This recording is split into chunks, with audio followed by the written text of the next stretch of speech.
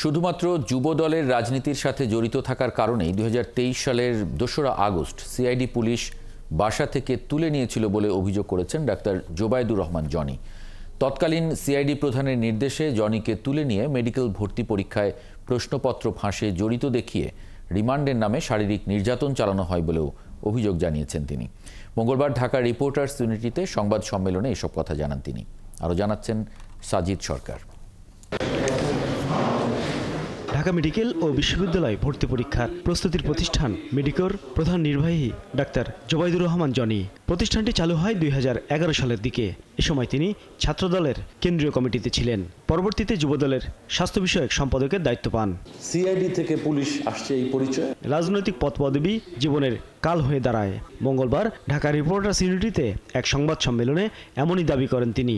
জানান 2023 সালের 2 আগস্ট তার বাসায় সাদা পোশাকে সিআইডি পুলিশের কয়েকজন সদস্য তাকে তুলে নিয়ে যায়। অথচ তার নামে ছিল না কোনো মামলা কিংবা অভিযোগ। ইলেকট্রিক শক থেকে শুরু করে নানাভাবে শারীরিক নির্যাতন করে মিথ্যা তথ্য দিতে বাধ্য করা হয় বলে অভিযোগ করেন তিনি। তাদের প্রশ্ন হচ্ছে যে আমার এখান থেকে এত ভালো রেজাল্ট করে কিভাবে, এত চান্স পায় কিভাবে। তো আমি তাদেরকে বললাম, দেখেন শুধু আমার প্রতিষ্ঠান না, তো অন্য আরো অনেক প্রতিষ্ঠান আছে যেখান থেকে আমার থেকে বেশি চান্স পায়।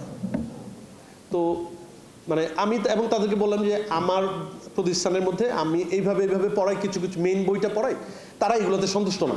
ওই চোখ বাঁধা অবস্থাতেই কোনো একজন লোককে নিয়ে আসলো, সেই লোকের আইডেন্টিফিকেশনের ব্যাপারে আমি এখনো 100% নিশ্চিত না।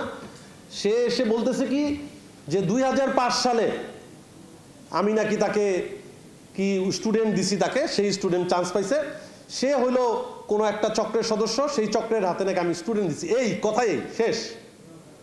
আমি ওই অবস্থায় আমি রিকোয়েস্ট করলাম যে প্লিজ এই অভিযোগটা মিথ্যা, আপনারা ক্রস চেক করেন। রিমান্ডে নিয়ে নির্যাতনের পাশাপাশি আরও মামলার ভয় দেখিয়ে সিআইডি পুলিশের কর্মকর্তারা বিপুল পরিমাণ টাকা আদায় করেন বলেও অভিযোগ করেন তিনি। এই যে নির্যাতন, এই নির্যাতনের সমস্ত গল্প বলে আমার ওয়াইফকে এই মালিবাগের অফিসে উল্টা পাশে স্কাই সিটি হোটেলের রিসিপশনে ডাকা হয়েছে। আমার ওয়াইফ এবং আমার এক রিলেটিভকে ডাকা হয়েছে, ডেকে তাকে সমস্ত কিছু বলা হয়েছে যে এরকম আমরা তাকে কিন্তু টর্চার করেছি, তাকে কিন্তু আরও বিভিন্ন রকম মামলা দেওয়া হবে, উপরে নির্দেশ আছে 5 কোটি টাকা দিতে হবে। তৎকালীন সিআইডি প্রধান মোহাম্মদ আলী এবং তার সিন্ডিকেটের পুলিশ সদস্য মিলে এমন অনৈতিক কর্মকাণ্ডের বিচার দাবি করেন ভুক্তভোগী চিকিৎসক জোবায়দুর রহমান জনি। মিথ্যা নিউজ করে আমাকে মিথ্যা স্বীকারোক্তি দিয়ে, মেরে ফেলার ভয় থেকে স্বীকারোক্তি দিয়ে এই অবস্থা নিয়ে আসা হয়েছে। সাজিদ সরকার, 71, ঢাকা।